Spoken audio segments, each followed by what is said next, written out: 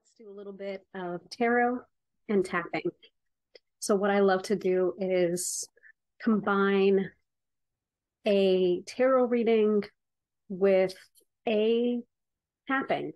So the tarot is really good at bringing up some of the things that we might not be thinking about on the surface. And so it brings it up. And then whatever theme comes up in the reading, we can just tap on it right away. So let me shuffle up, and I'm going to pull 3 cards for this reading. I'll tell you a little bit about each of the 3 cards, distill that message, and then let's tap on it. So the first card that we have is the Ace of Pentacles reversed.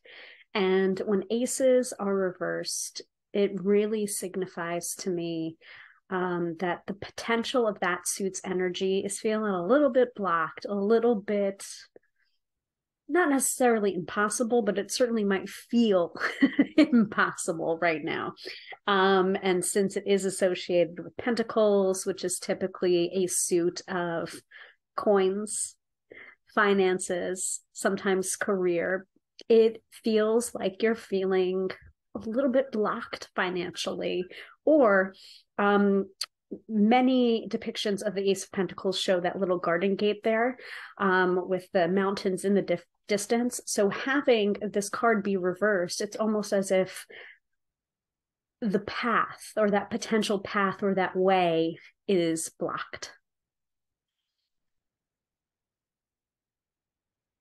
The second card we have is the 10 of Swords. So the 10 of Swords is not a very nice card, I'm sorry to say, but it does indicate that something needs to end. Something needs to be completed, like it's over.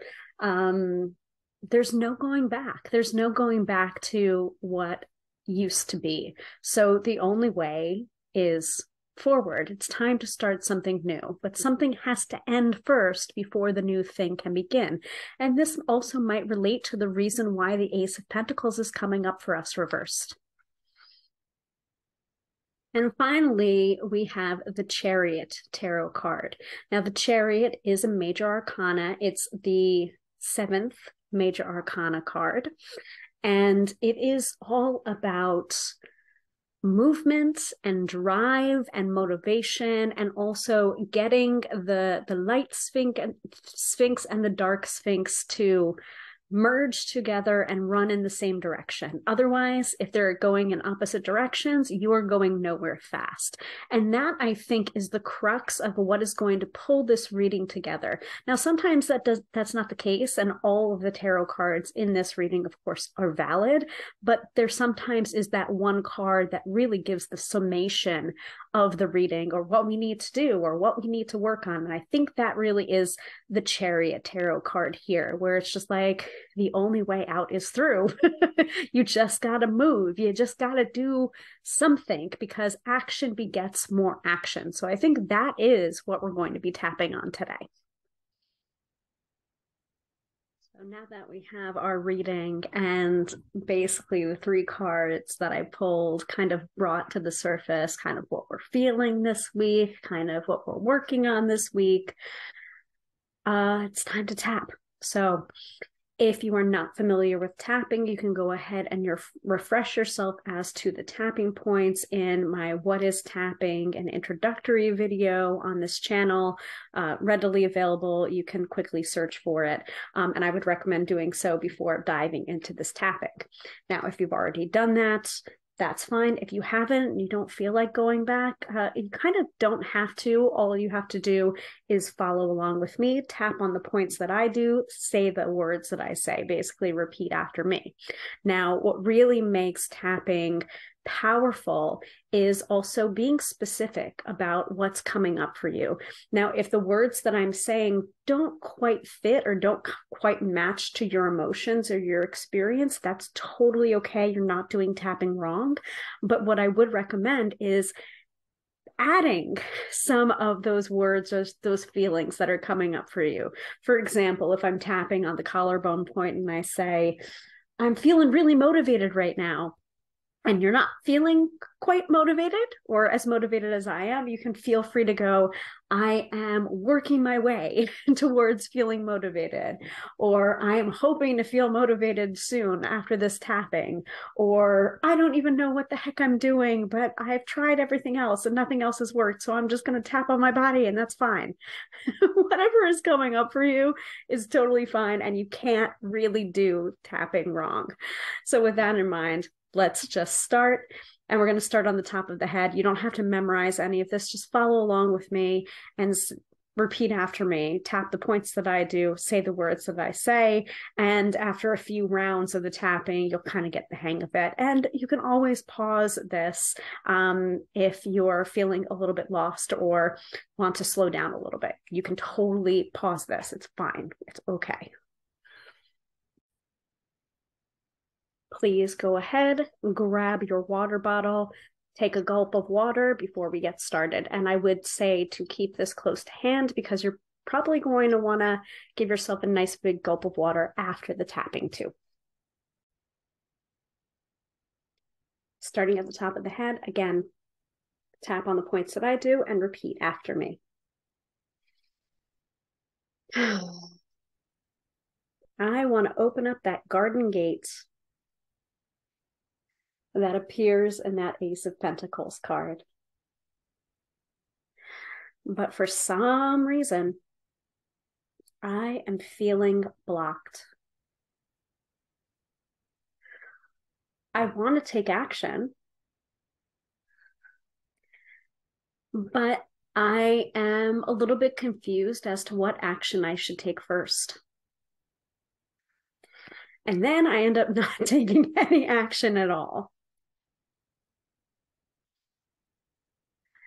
And I know that this needs to stop. This needs to end.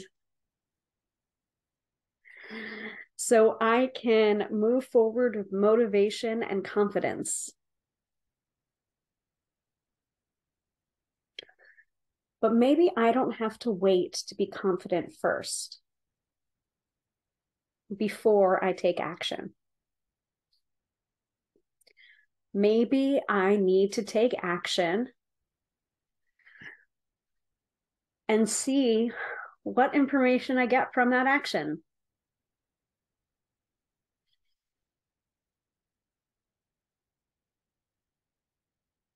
I have big dreams. And a lot of those big dreams start with little actions. And that could include finishing a project that I've stalled out on. That could include doing a little bit of research. That could include having a hard conversation. Or setting boundaries even.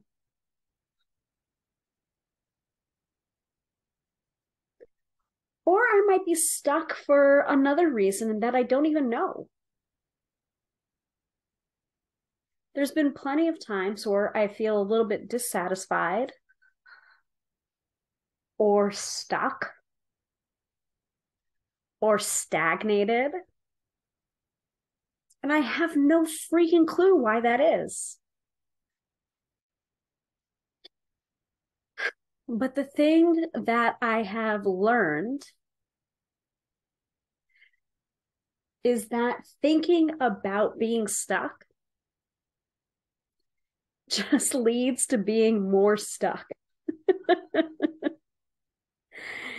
If I keep on focusing on the problem, all I will see is more problems. And I want a solution. And I think the solution is to make some sort of movement so that I can start to create momentum. Even if I don't know what the big aha moment is yet. I don't have to have everything figured out all right now. before taking action and making moves. I just need to do one little thing. I need to cut myself some slack for feeling this way. Everyone gets stuck from time to time. And it sometimes isn't for an obvious reason why.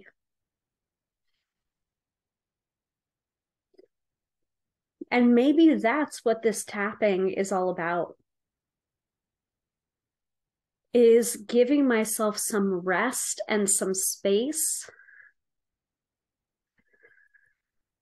to get some answers that are not coming out of a place of fear or scarcity or lack. I am so grateful for where I am right now in my life, including the problems that come with it.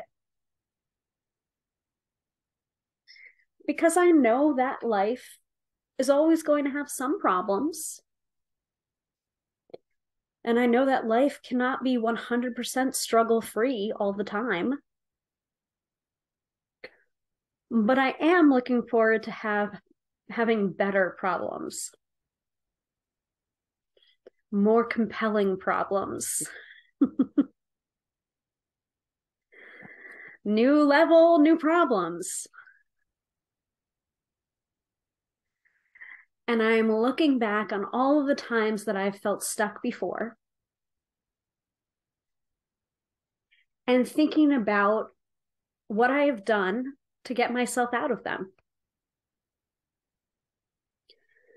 And it may not have been the most obvious of answers that time, but maybe it could be obvious now. I know that in order to have a different life, I'm going to have to do some things differently. And if I want to be motivated, I'm just going to have to start somewhere, right? But that doesn't mean starting from square one at the top of the mountain. It may mean that I have to start in the valley or on the hiking trail that goes toward the valley. And I'm going to cut myself some slack for that too. My journey is going to be completely different from somebody else's. And that's okay. And I can't let comparisonitis completely freeze me in my journey. I'm going to put my blinders on. And I'm going to start creating my life on my own terms, in my own unique way, and get my motivation from new and unlikely sources. And that will turn into something beautiful and unusual and unique and authentic to me. Nobody else thinks the way I do.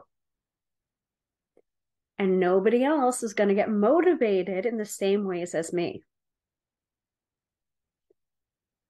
So today, I acknowledge I might have been looking for motivation in the wrong places. And I'm realizing that that motivation might be an inside job. And if I get still and quiet,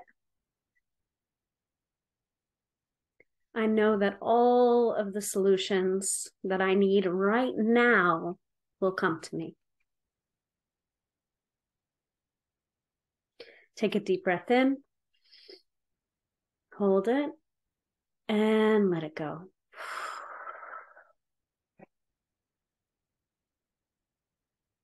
Have yourself another sip or gulp of water. Do something nice for your body and for yourself, because this tapping might be big for you. You might have yawned or burped or cried or had watery eyes, and those are all signs that this tapping is working for you. And I think one of the best parts about tapping is that you can return to these tappings over and over again for as long as it feels resonant for you and helps you. So I really hope that helped in the way of motivation. Make sure to subscribe to this channel and like this video and give me a comment. Let me know what it was that you were looking for when you came to this video. And now that you've done the tapping, what action steps will you possibly take in order to gain that motivation? Because remember, you're unique. What motivates you may not motivate somebody else. See you in the next video.